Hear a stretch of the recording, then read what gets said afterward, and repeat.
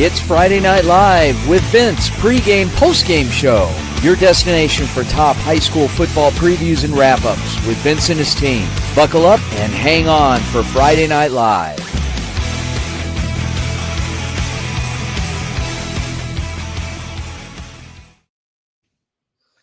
Good evening, ladies and gentlemen. Welcome to another edition of Friday Night Live pregame show presented by the Varsity Sports Show. My name is Vince DeLisio, and so excited. Back with our old friend from UNLV in Las Vegas, Nevada, Ansley Pavlicek. Ansley, so another great week of high school playoff football. Some exciting stuff. How you feeling? I'm feeling great. It looks like we have some great matchups going, so definitely going to see how these play out. Yeah, I'm excited as well. I think it's good stuff. We've got a lot of great matchups, as you said, coming up, and we're going to be previewing those matches with our incredible team. The first thing I wanted to do was ask you a little bit about yourself, Ansley. So you are at UNLV. You're a Las Vegas native. How are you liking the school? I actually really love it. So it gives me a great opportunity to expand and do whatever, because we actually have a great studio at Greenspun where our journalism building is, and it gives me a lot of opportunity to be behind camera, be in front of camera, be in the control room, and I have a really great mentors and a great professor in Kevin E. Martin. So I'm glad I'm at UNLV. One of the best in the business. So good stuff. Awesome. Okay. Well, with that, let's head on up to Northern California to kind of kick things off with our very own Rodolfo Gomez and see what he's up to. Rodolfo, how are you, sir? Good, Vince. How you doing? You know what? Not too bad. Absolutely. What I wanted to do actually is since Ansley kind of kicks things off for us, I wanted to bring her back in and let her handle this interview with yourself. Ansley, take it away. Hey, Rodolfo, how are you doing tonight? Good, Ansley. How you doing? I'm doing good. And, last time we talked, the playoff bracket was just beginning to was going to be put out for Sacramento. What are some games you're looking forward to seeing? Well, there's two games I'm looking for that are going to define this bracket. It's basically going to be Folsom against Downey. That's an important matchup because Folsom is heavily favored to go their fifth straight section championship. And I know, and also will be Grant and Edison. Grant is very important because last year they faced Folsom in the finals, and that's another contender that we will see in these upcoming days. And they're very favored also, but not as much as Folsom is. So important matches in both of these games. Yeah, definitely. I mean, you mentioned, Edison's another contender. Who do you think could give who do you think who can give Folsom some competition? Well, let me tell you a team that is very underrated, that's not been given much attention. That would be Oak Ridge. Oak Ridge is a team that is very competitive, has not yet doesn't have any commits yet for this year. But it's a team that is very organized, very disciplined. And that's another team that could give Folsom his dues. But we will see what happens in this playoffs. This playoffs will be very competitive, and teams are looking forward to take down Folsom. That's the main goal. Yeah, and you mentioned Oak Ridge. What makes them so disciplined? Well, what makes it so disciplined is how well they played defensively. I think their defense what sets them apart. This year they ended up going 7-2. I think that was a key throughout the year. There was a game that they played against Rockland.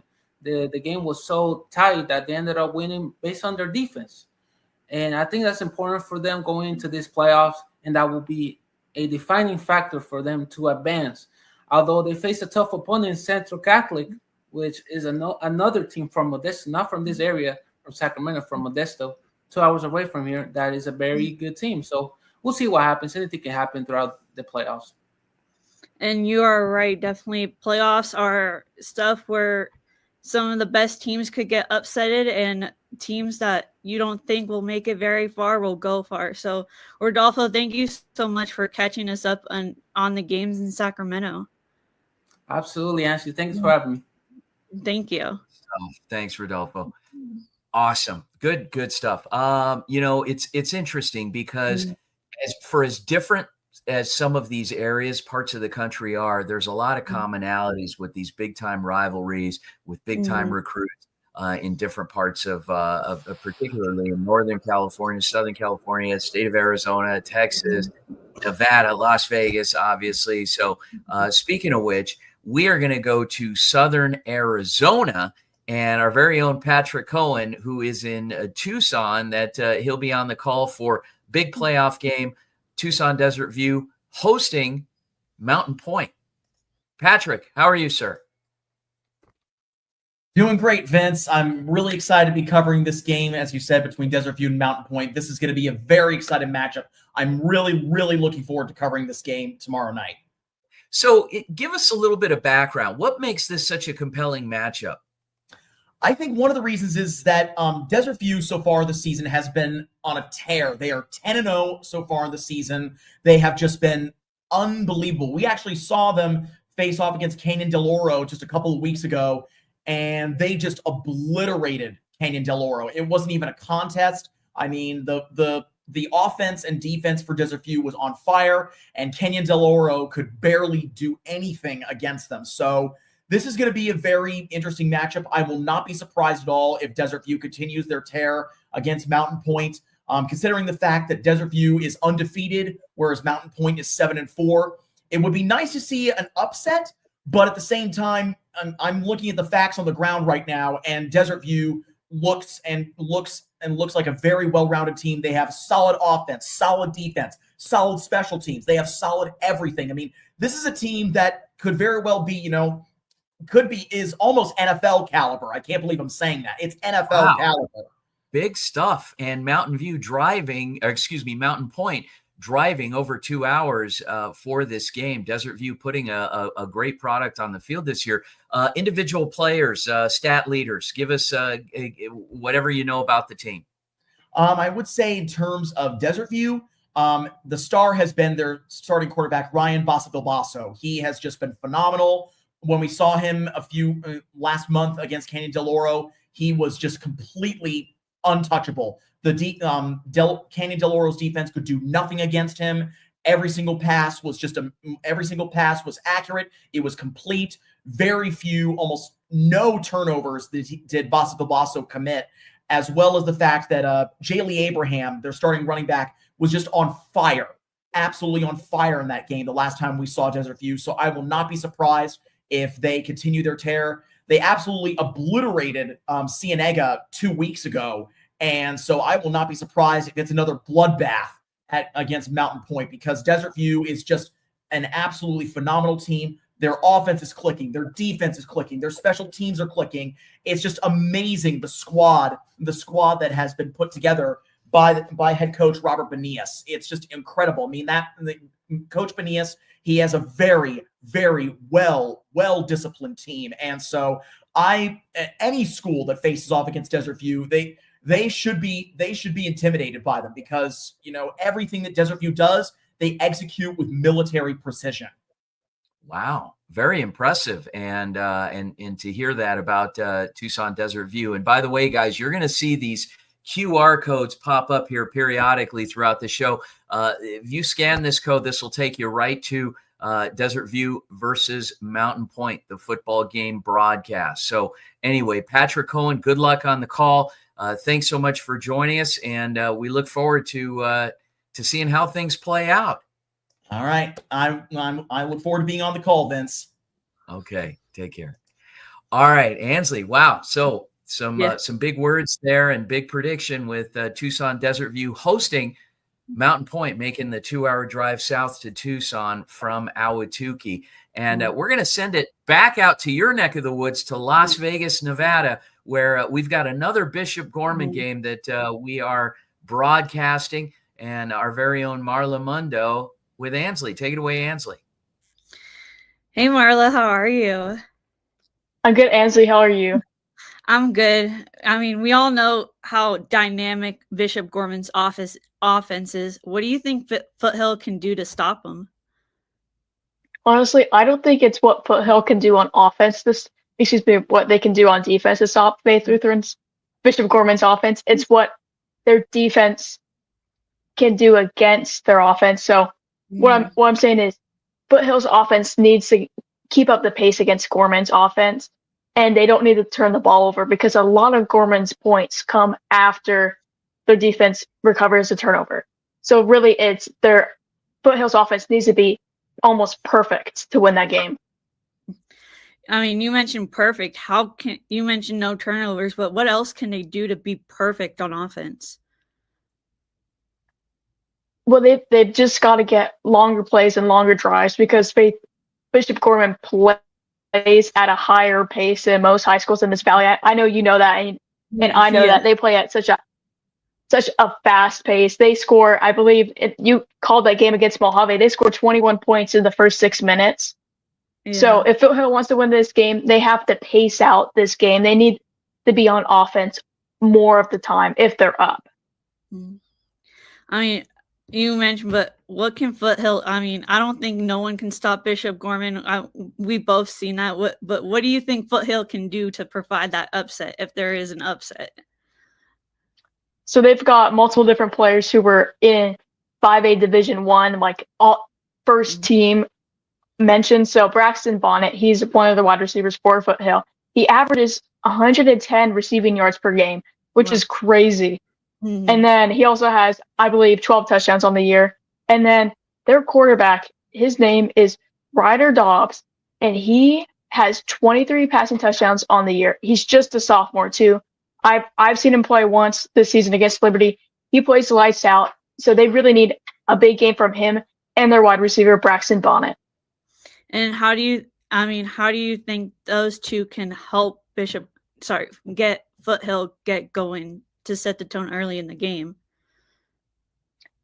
Yeah, they just to start early. They need some good points on special teams. Braxton Bonnet, he plays little special teams. He'll kick return, he'll punt return. So he needs to have nice long gains on kick returns and punt returns and to not fumble the ball. That's something we see a lot at this high school level is when teams fumble the ball when they're on special teams because they're thinking about running before they even catch the ball. Definitely. And let's see if Foothill can keep up with Gorman's dynamic offense. Marla, thank you so much for covering the game, and I hope you have a great time. Yeah, thank you, Ainsley. Thank you. Awesome. Marla's been great all season for us. And Marla Mundo covering the Bishop Gorman Foothill game. And as we head on out, we are going to take it out to the first round in Arizona of the Open. Mountain View High School hosting Centennial with Keithan Thomas. Keithan, how's it going? It's going great, Vince. This just talking about the game. This is probably the most excited I've been to call a game thus far. There's so much. Pray tell why. Tell me why.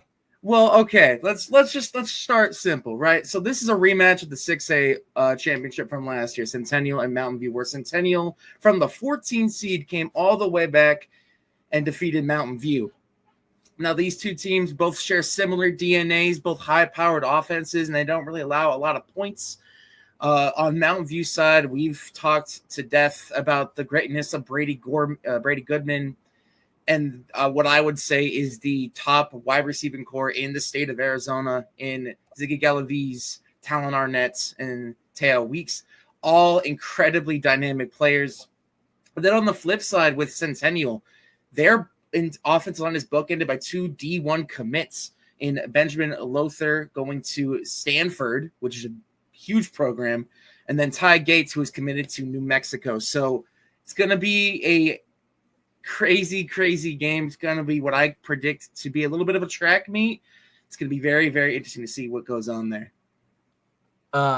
You mentioned Centennial last year as a 14 seed.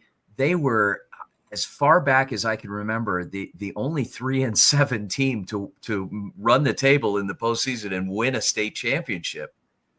And it's unbelievable to even think that, especially with like how the playoffs have been set up, there's a lot of 4-6, 3-7, 5-5 teams whose season you thought would be done and dusted. But Centennial is a program that is known to be a very successful program. They flipped the script this year, 7-3. They actually outplaced Mountain View in terms of record. Mountain View's coming in at 6-4, but in terms of strength of schedule, Mountain View will be hosting this game, which will be a little bit of an interesting spin. Let's see if the Toros can potentially take advantage of that. One thing I will mention, or I think will be a factor, Mountain View has struggled a little bit at the beginning of the games where they've lost, especially to their big opponents, Liberty, Basha, Red Mountain. They had a little bit of a slow get up out of the gate. So that's something I'm watching for tonight to see if Mountain View can start off strong. And if they can, I would foresee them taking a very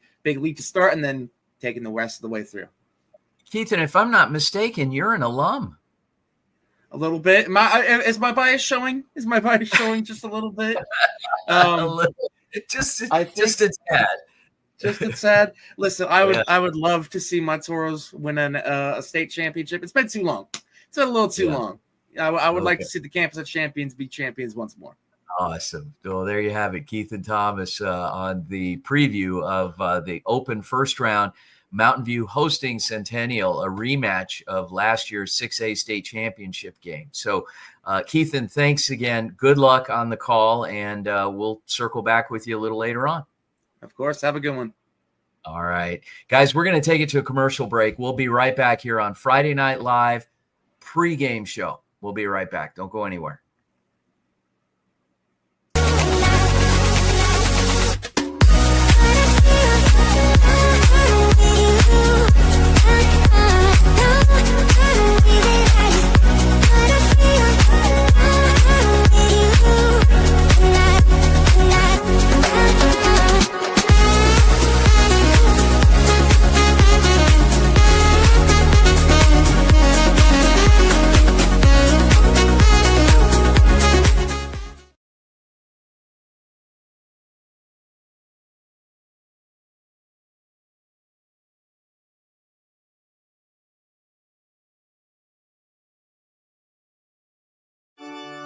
Hello, Varsity Sports Show family. I'm Tommaso Perez from ASU. Join me as I bring you inspiring sports stories and updates from our Catholic schools, where faith, tradition, and athletics come together. Catch me live on KDOS 1060 AM Saturdays from 9 to 11 and during Varsity Sports Show game broadcast.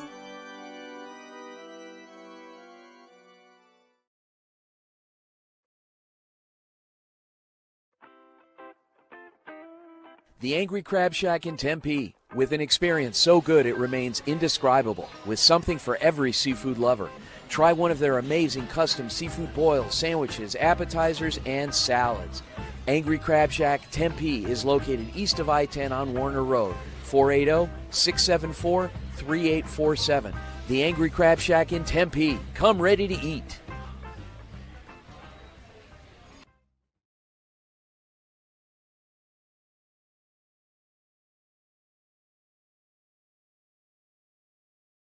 Hey guys, good afternoon. Valley Sports and Phoenix Metro area. My name is Jorge Anwajardo. Let me introduce myself. I'm currently a graduate student at Arizona State University, and I'm also a Navy vet. I'm hoping to bring the Valley the hard-hitting sports coverage that Phoenix deserves. From high school Friday night lights to playoff pressure, I'll deliver the facts, the stats, and the stories that matter to all Valley sports fans. Hey guys, Vince here to talk about Angel Dentistry. It's where my wife and I have gone for over 10 years, and we trust them with our routine and extensive dental care because they care. Dr. Amber Angel is an Arizona native, born in the town of Miami, and has been practicing in the Valley over 20 years. For general to comprehensive dental services, call 602-788-2008. Located off of Cave Creek Road just north of the 101 in North Phoenix. Angel Dentistry, proud supporters of our young people and proud partners of the Varsity Sports Show. Hello, everyone. Welcome back to our pregame live show. I'm here with Greg Graves, who is covering Queen Creek and South Point Catholic. Greg, how are you doing tonight? I'm doing well. Excited for tomorrow. How are you? I'm good. And can you just give us a little behind the scenes about the matchup? Yeah, I mean, Queen Creek is a team I've seen and covered a lot. They're a team who's just fought hard all season. Their quarterback went down early in the season, and so they've relied on the sophomore, but they're a gritty team, a lot of players. It'll be a home game. And then on South Point Catholic side, they're coming from Tucson, so it's a long trip, but they're a solid team who have played, quite a schedule, competing with two teams who are competing in the open division. So pretty impressive. Yeah, and then can you give us some players that could make an impact on both for both teams? Yeah, when you look at Queen Creek, I mean, like I said, a bunch of gritty guys. They got Bear Fisher, who's their big tight end, biggest guy on the field. David Rawson, the senior, a lot goes through him. I mentioned earlier Sawyer Hales, the sophomore quarterback. A lot of just young talent, but performing at a high level. And if you look at South Point Catholic, Brian Melton is one of their best players on the defensive side of the ball. And then, of course, their offense runs through Chris Cheney, the 75.5 rushing yards per game on the season so far. And how do you think their South Point's running back can help South Point get the upset on the road?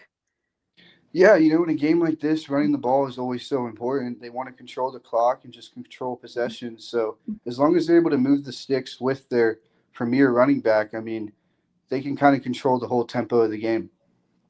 And how do you think Queen Creek can stop that dynamic running?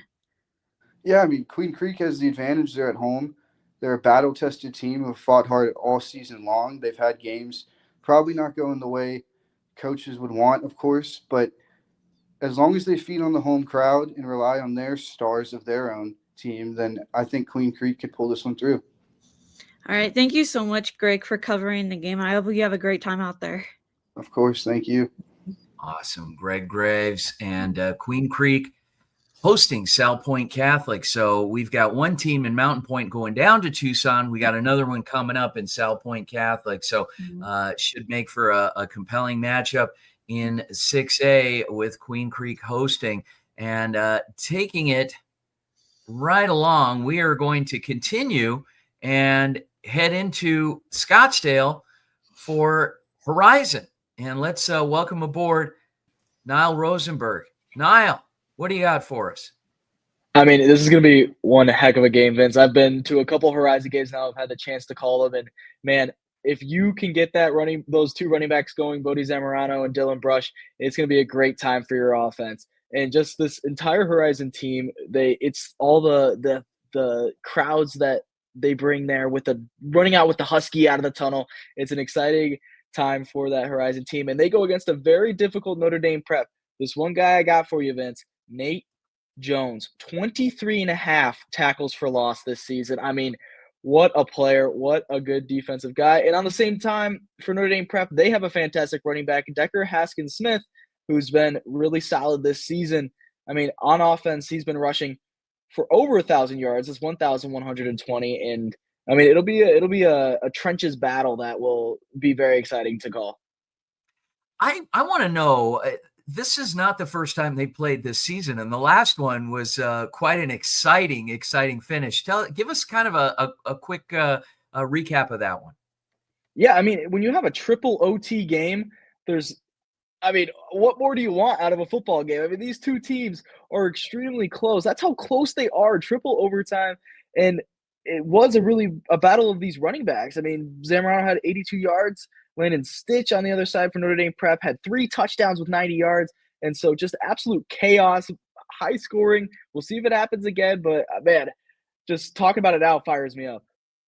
Well, not only that, there's a phenomenal freshman running back for the Horizon Huskies as well that's been making a splash this season in relief of the senior Zamorano. Yeah, Dylan Brush has been absolutely fantastic this season. I mean, he normally, the first couple games I called of them, he would come in those fourth quarter situations where, he's not needed. They'll just have him go. And then when Brush is able to get activated like he has been all season, he's been fantastic. I mean, he leads the team in rushing touchdowns, right? He's got 9 to Bodie's 8. And so he's someone who, for the next couple of years, Horizon high school fans, Husky fans, you're going to love him. Awesome. Well, there you have it. Niall Rosenberg. Niall, good luck on the call. Horizon Notre Dame Prep Part 2. So looking forward to this one, and we'll let you go, and we look forward to a recap. So thanks again, Niall. Of course. Thank you very much. All right. There you have it. Ansley, so coming up, we are going to take it out to Gilbert, Arizona, with our very own Greg Zabert. Take it away, Ansley. Hey, Greg, how are you doing tonight? I'm well. How about you? I'm doing good. I mean, man, Gilbert North has been amazing this season. How do you think they can use that momentum heading into this playoff game? Yeah, I like that you talk about the momentum that they have. They currently are on a 6-game win streak in which all of their wins have been by more than 20 points. This is a team taking a ton of momentum in there. They've been playing some fantastic defensive football. They held Mountain Point to only 3 points in their last game. That was 2 weeks ago in the regular season because they got the bye week last week due to the fact that they're the 2 seed. This is a defense that's averaging almost 2.5 turnovers a game. They pick the ball off really well, force a lot of fumbles. They're just a really, really complete defensive team. And I think that's going to be their key to victory against Mountain View. Yeah. And who are some players that we should look out for both teams? Yeah, I'll start on ALA Gilbert North since we were talking about them. I think that they've got a great wide receiver quarterback duo in Ben Livingston and Isaac Massey. Livingston currently has 26 touchdowns, only 4 interceptions. He's having a fantastic season. And then Massey has been just a fantastic red zone option. 700 yards is decent, but 13 touchdowns is really incredible. This is a duo that everybody should be looking for when ALA gets down to the 20, that type of situation, because that connection's been really good there. And then on the defensive side of football, guys like Stockton and McKinney are some of their stars. Gavin McKinney has 14 tackles for loss and 10 sacks, a couple of forced fumbles as well. And then Dye, the defensive back, has 5 interceptions. This is a really, really complete ALA Gilbert North team. On the other side of things, Mountain View is not necessarily as complete of a team, but they certainly have just an incredible running back in Drake Davis. Drake Davis currently has 1,423 yards, had a great game last week in the win against Buena when Mountain View was able to kind of win the wild card game. I guess you could put it that way. So 1,400 yards on the season. He's averaging 7.3 yards per carry and has 12 touchdowns to his name. He's fantastic. And he's kind of, if ALA Gilbert North has Massey and Livingston in the red zone, they have Davis in the red zone. This is just a team that is fully bent on the run, and I expect them to use that a lot. So that's what I'll expect for tomorrow. A big running game from Mountain View. Yeah, and then you look at Mountain View and that running game. How do you think they can exploit that you mentioned they have Gilbert has a really nice defense. How do you think Mountain View can exploit that defense? I think it's going to be a really difficult game for Mountain View to win if they purely rely on the run. I think that some of this success has got to be bent on their quarterback. And Bryn, the senior, he's only thrown 83 passes so far this season, and he's been the quarterback every single game. This is a passing offense for Mountain View that has 442 passing yards to this season. They have very, very rarely used the passing play, and I think – early on in the game, I think that they should use kind of a strategy. Just try to catch ALA off guard. Maybe run some passing plays, try to hit something downfield, maybe run a trick play. Because if you just start with the run and try to just drill that all game, it's going to be really difficult to come back if you get down early. So, yeah, I think just kind of mix it up. Obviously, easier said than done. You have a quarterback who's pretty inexperienced in terms of how he's played this season. But, yeah, that's my 2 cents. Mix it up, get some different plays in. Yeah, definitely try and trick that Gilbert North defense. Greg, thank you so much for covering the game, and I hope you have a great time out there. Thank you. Awesome. Greg Zaber and ALA Gilbert North and Marana Mountain View. Okay, with that, we are going to send it out to Desert Edge, West Valley, hosting Tucson, Vail, Cienega, and Ethan Troll. Ethan, what do you got for us? Well, you're sending me back to my alma mater with Desert Edge, and this team is ranked the 5th best team in the state for a reason. I'm not trying to sound biased, but again, when you look at their roster and the talent that they have on both sides of the ball, they have a lot of 3, 4, 5-star recruits, and one of those 5-star recruits is sophomore defensive lineman Jelani George, who's ranked as the best pass rusher in the state and the country. So that alone tells you what this roster is about. And then Cienega, they're coming in as massive underdogs, but they came out of Sunny Slope with a huge win, and their quarterback Julian Hanley had 424 passing yards and 7 total touchdowns, 4 through the air and 3 on the ground. So I know people might seem like Desert Edge is going to dominate this game, but we've seen a lot of surprises throughout the season. So keep an eye on Cienega. They can pull it off. In terms of the weapons that Cienega bring to the table throughout their season, have they gone to the well with a few of consistent guys? Has it been some new stars each time? I mean, how's that been from what you've noticed in your scouting reports? So based on last season, they've completely flipped their offense. They were really run heavy through a lot of last season. They had 1,800 rushing yards in total. And then now this season, they haven't even gotten close to 1,000 rushing yards, but the air raid attack has done really well for them, especially from wide receiver Jaden Rogers. He just surpassed 1,000 receiving yards from his performance last week against Sunny Slope. He had 6 catches for 189 yards and 2 touchdowns, which is his best performance of the season, which including the playoffs. And then also Aiden Billings, he has 611 yards on the season and 13 touchdowns leading the team. So with those two guys being very consistent, they've been able to put up a good amount of points and be able to be consistent through the air. Amazing. It's going to be a heck of a shootout tomorrow, out at Desert Edge with Desert Edge hosting Cienega. Big game, and looking forward to it. Excited to get you on the call. Thanks so much, Ethan Troll. Nice work. Of course. Thank you, Vince. Have a good night. All right. Guys, we'll be right back here after the break on Friday Night Live pregame show. Don't go anywhere. The Angry Crab Shack in Tempe, with an experience so good it remains indescribable, with something for every seafood lover. Try one of their amazing custom seafood boils, sandwiches, appetizers, and salads. Angry Crab Shack Tempe is located east of I-10 on Warner Road, 480-674-3847. The Angry Crab Shack in Tempe. Come ready to eat.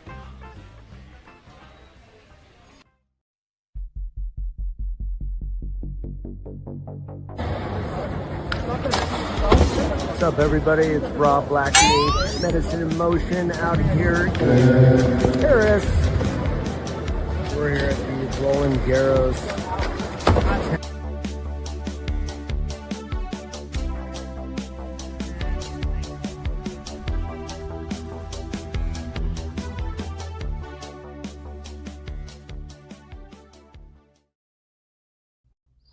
All right, you guys.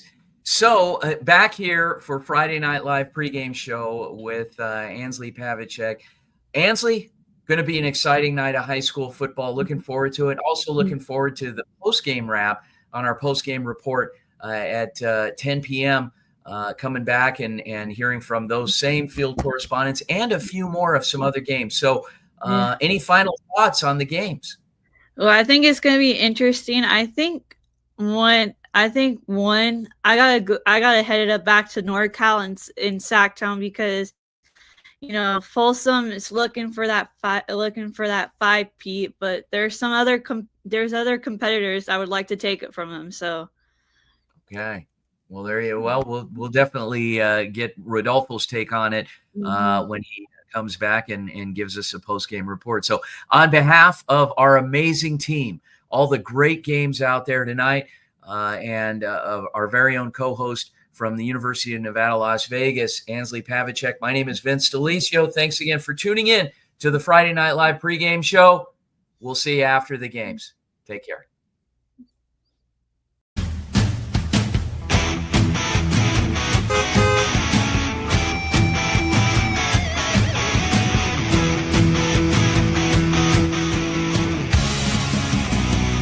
It's Friday Night Live with Vince, pregame, postgame show. Your destination for top high school football previews and wrap-ups with Vince and his team. Buckle up and hang on for Friday Night Live.